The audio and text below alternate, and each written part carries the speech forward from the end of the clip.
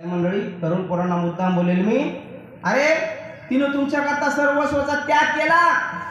आई सोडली, बाप सोडला, बहीण सोडली, भाऊ सोडला, कुळ गोत्र सर्वस्वचा त्याग केला. पुन्हा करता हो बोला नाही तर मी पळून जात असते. पुरुष मंडळी तुमच्याकरता ह्या आई बहिणीने किती सर्वस्वचा त्याग केला. मग तिच्या जीवनामध्ये कधीतरी तिला वाटत असेल ना माझा नवरा चांगला असावा, निर्व्यसनी असावा. जे व्यसन करतात त्यांच्याकरता बोलतो, अरे एखाद्या माझ्या ताईचा बहिणीचा मालक व्यसन करीत असेल तर ती माता कुणाकडे तक्रार करत नाही, पण देवाला म्हणत असते, देवा कपाळाचं कुंकू माझ्या अखंड राहू दे, आयुष्याचा जोडीदार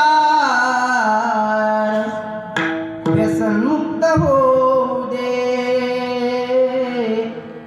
व्यसन मुक्त होऊ दे.